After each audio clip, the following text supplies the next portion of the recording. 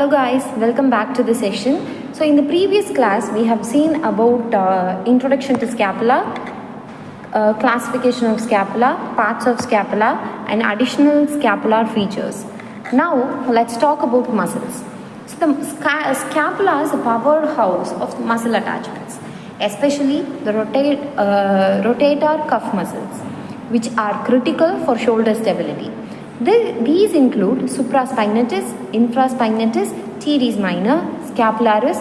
Major muscles include deltoid, which gives your shoulder its round shape. The trapezius, which helps, the trapezius, which helps you shrug. The biceps brachii and the serratus anterior, which keeps the scapula sunk against the ribcage. Why does this matter in OT? During shoulder surgeries, like rotator cuff repairs, surgeons work carefully to preserve these muscle attachments. If you are assisting, you will need to understand where the muscles are attached to anticipate the surgeon's need. Passing specific instruments, for example, a torn supraspinatus might require sutures to reattach it to the scapula's superior edge. So next we are going to see about the rotator cuff muscles in detail. So this is actually, let's zoom into it because it's a big deal in shoulder surgeries. The supraspinatus attachment attached to the superior scapula helps abduct your arm. Think lifting it sideways. Infraspinatus and teres minor on the posterior side. Handle external rotation like when you are throwing a ball. Subscapularis on the anterior side does internal rotation like crossing your arm over the chest. In OT, the rotator cuff injuries are common, especially in athletes or in older patients. A torn rotator cuff might require arthroscopic repair where surgeons reattaches the muscle to the bone.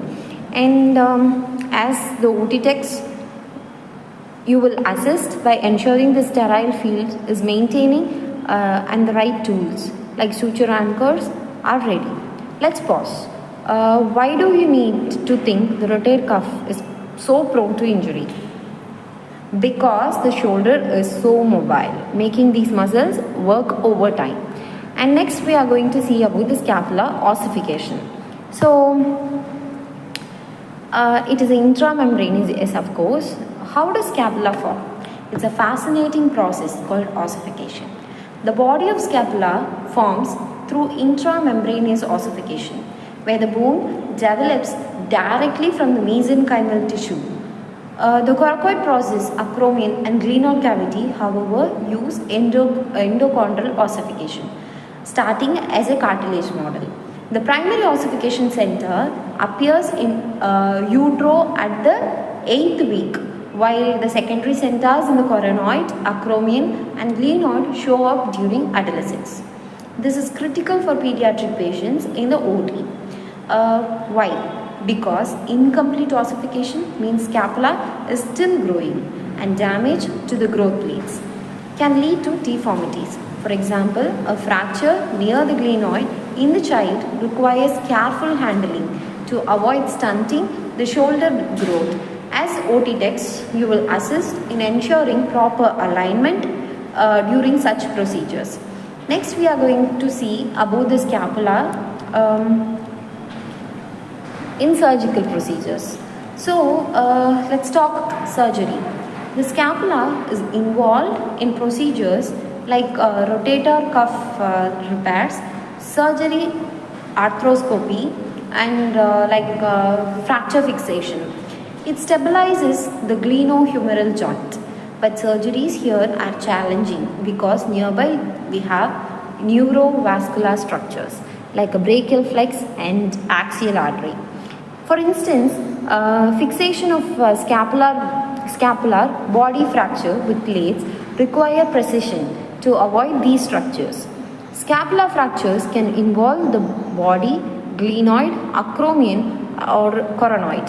A glenoid fracture, for example, affects shoulder stability and often needs to open reduction and internal fixation or orifice. orifice, ORIF, orifice. In the OT, you will assist by repairing instruments like plates, screws, and ensuring the X-ray machine is ready for the intraoperative imaging to check the alignment. These fractures are serious. Imagine a shattered glenoid disrupting the shoulder joint. Your role is to help or restore its function.